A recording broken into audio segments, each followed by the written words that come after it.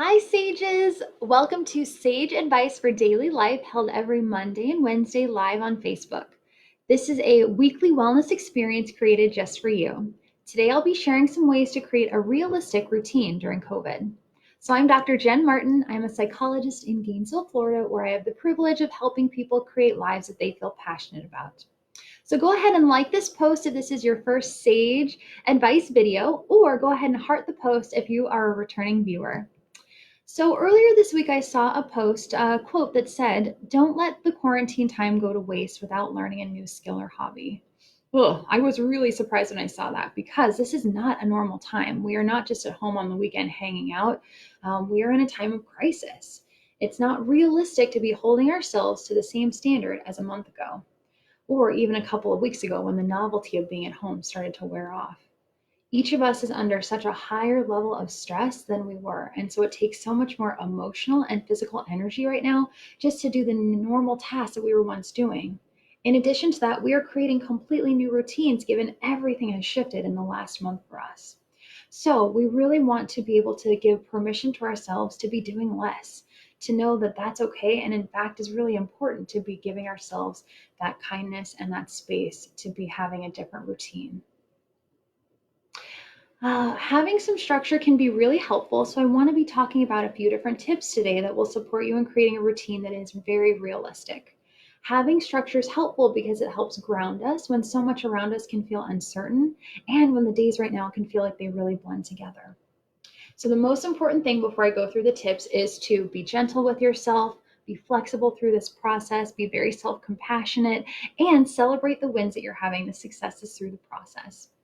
A thing I like to remember a lot is how can I talk to myself in the way that I would talk to a friend? Because so often we are incredibly kind, incredibly compassionate to those around us, and yet to ourselves, we say things that can be pretty harsh. So, how can I treat myself with that same kindness? So, here's our first step. And when you find a step that really resonates with you, go ahead and make a comment about that so I know to talk a little bit more about that one. So here's the first one, a tip to creating a realistic routine. First, go ahead and plan your schedule a week at a time. Handwriting things down is actually really shown to declutter the mind and reduce stress and anxiety. So go ahead at the beginning of every week and actually draw out your calendar, draw out your schedule, and write in one thing per day that you're looking forward to or that you have planned for the day. So today, for example, I wrote in that I had a Facebook Live meeting and that I had a meeting that I was going to attend later. You'll recognize as you look visually at this list the things that you have to look forward to. And you may even consider adding in something unique on a day that looks blank, boring, or routine. For me, I know every Tuesday I stream my favorite yoga class. Every Thursday I have piano lessons. On Fridays I learn a new recipe. And so that helps give me a little bit of structure too. Also, go ahead and leave out this weekly plan because the more that you see it, the more it will remind you of things to do. And also, it's a really good way to track your goals as well, to start noticing what are the things that I'm working on. So, for example, one of the goals that I had this week is I wanted to meditate 4 times. When I checked my calendar yesterday, I realized, oops, it's Thursday and I haven't done anything yet. So, it was a good reminder for me to build that in yesterday night and today so that I could have 2 little check marks on my paper. The second thing to consider is go back to the basics. We need to think about Maslow's hierarchy of needs. That's the little triangle or the pyramid you might have seen before. We need to start at the bottom and build up to something higher. And the foundational need is our physiological needs. So, sleeping and eating to keep our energy up.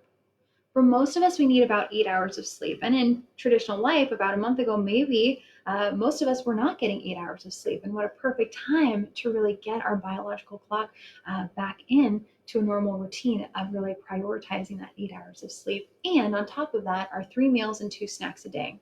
So this is really keeping the fuel in our vehicle so that we can have that energy that we need to get through this time of transition. So the vehicle is our body. So that's why we're making sure we get that sleep and that eating in consistently. Writer James Joyce once said in one of his stories, Mr. Duffy lived a short distance from his body. So for most of us, we have been living in a way that's a little more out of touch prior to all of this happening. So this is a really good time to start to reconnect, to see if you can really follow the cues of your body, going to bed when you feel tired, maybe being able to sleep in without setting an alarm. And if you do have trouble with bedtimes or meal times, that's something you can even schedule in approximate times into your schedule so you don't forget those. The third thing is our ACE log. So ACE log stands for achievement, connection, and enjoyment. So this is going to give us some structure and direction every day. No matter what the day is, no matter what you have going on that day, you can complete your ACE log either in your mind or as something you write down. It's something that you're going to look forward to and something that will really help you to celebrate your wins. So as I'm going along, I want you to write in the comments what you would choose for each day. So when I do achievement, you can type in achievement is this. So anything you do counts. It can be very small and it may only last a few minutes, and that's perfect. That's great. If it ends up being longer, wonderful. If not, no worries. So here's the first one. A stands for achievement. So each day you're going to identify what's one task that will help me to feel like I've accomplished something today. So when I was thinking of myself yesterday, the thing that felt most achieving to me was completing the graphic that I'm going to post after this today. So for you, go ahead and write in the comments what your number one achievement was from the last 24 hours or something that made you feel really good. It could be something like you felt accomplished because you did some stretching when you woke up, you were patient when one of your family members was bothering you, or maybe you cleaned up the kitchen counter. The second one is C for connection.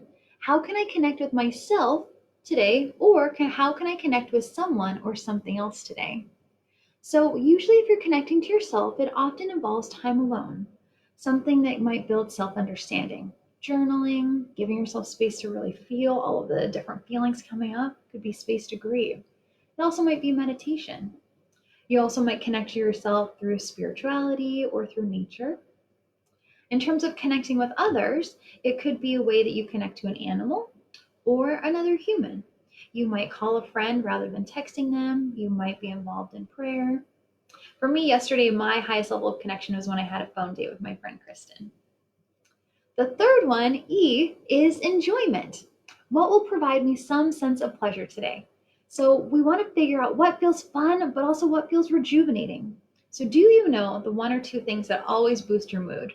For me, it's jamming out to a favorite song, eating dessert, being outside. So for you, what's one sense of enjoyment today? For me, yesterday it was taking a walk with my husband and my dog. Today, so far, it was playing Jeopardy on Alexa. So again, what's your sense of enjoyment? So we've gone through some of the main tips, but I wanted to throw out a few more that I found to be really important, especially during COVID right now. So go ahead and make sure you set aside specific workspace if you're working from home. Since it can feel so blurry right now in terms of what we're doing for work and what we're doing for enjoyment, if we can have a separate space that's just for work, that can really differentiate in your mind that right now I've put work aside and I get to enjoy other things.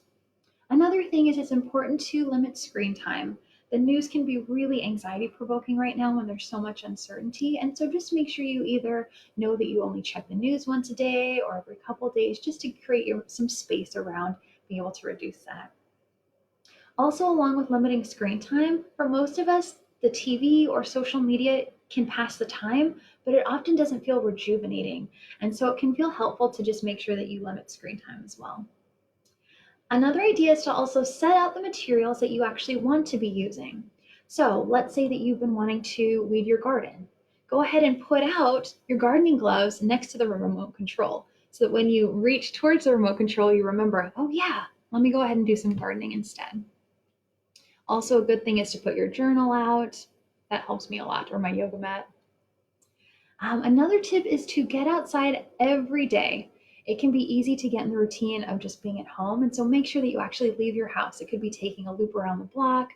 It could be talking on the phone while you're taking a walk with someone, or talking on the phone with them as you're going on a walk.